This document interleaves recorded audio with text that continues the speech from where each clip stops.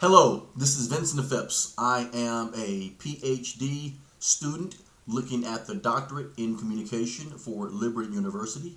This video is a presentation of my research paper for the Mixed Methods Research course. My topic is analyzing the impact that social media has in the life of a professional speaker in terms of it having positive benefits of getting booked or getting leads by using social media.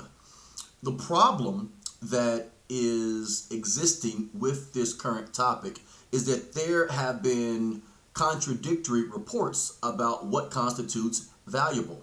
So the purpose of this research paper and of this video, it's not to say is social media bad or is social media good. The purpose of the paper and the video is to analyze just what impact that social media does have on the career of a professional speaker. And then based on those results, you can look at what would be ways to use social media at an advantageous level versus disregarding social media in its totality or finding alternative ways to use social media. So the purpose of this study is to just analyze what value social media does bring to professional speakers. I am a member of two international professional speaking organizations. I have been an adjunct professor of 16 years at the University of Tennessee at Chattanooga in the area of public speaking. I am also owner of Communication VIP training and coaching for 13 years. And I am also a professional speaker of the last 27 years. I'm choosing this topic because I am experiencing the very problem that I'm addressing in this research paper and this presentation. And the problem is, how are you defining success? What are quantifiable metrics that constitute if social media is an asset or a liability or just a misused, misunderstood tool? Here's the challenge with the research that I am sharing in my hypothesis about: does social media bring value for a professional speaker, or is it only a waste of time? If you look at how the components are being measured, some may say social media is great for increasing your awareness in the industry. Some may say that social media is a misuse of time, use something else instead. Some may say use a combination of how you use social media. It might not get you booking engagements, but it might introduce you to someone who knows someone because you posted a video, or you posted an Instagram post, or you posted on LinkedIn or Facebook. So the problem is, how do we identify and quantify what constitutes success? So that's the purpose of the studies, to see just what impact social media has on the success of a professional speaker. The methodology that's being used is the mixed methods, because you have to use both the qualitative and the quantitative component. You have to have the qualitative component because you need to look at what is the tone, what is the feel that comes from speakers who are using social media. So questions needed to be developed that ask things such as, what value have you found in using social media? What will be some strategies you recommend in using social media for the future? What would be some things you would change about how you and your team are using social media to increase your leads or get more speaking engagements? So you might not be able to get that just with the quantitative approaches. So qualitative approach is what you want to incorporate to find out from an emotional and a societal and a communal feedback for professional speakers.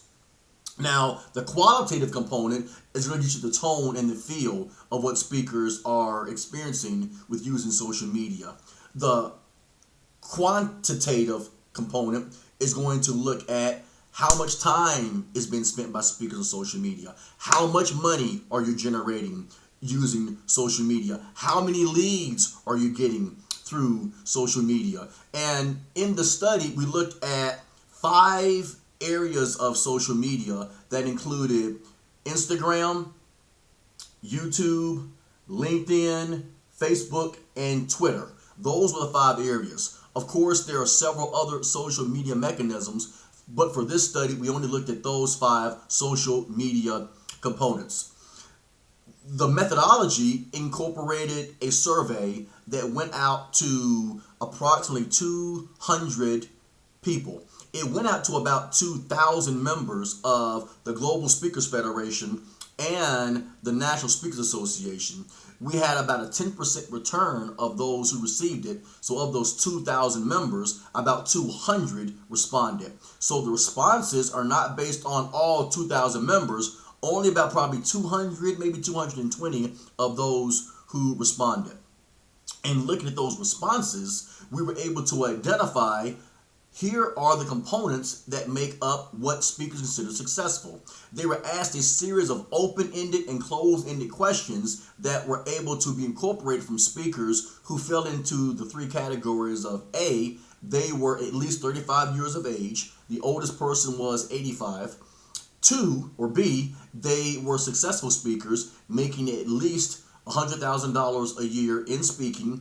Then number 3, they had to have been members of either the Global Speakers Federation or the National Speakers Association. So you had to be within that criteria to adhere to the procedure of the questionnaire.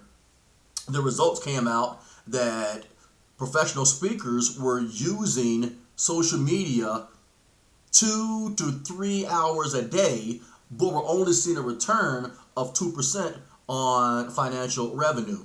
When looking at how speakers were using it, it fell into 3 categories: emotional gratification, confirmation, or compensation. With gratification, that just meant a speaker was just happy they posted something. So there was very little expectation about getting anything back.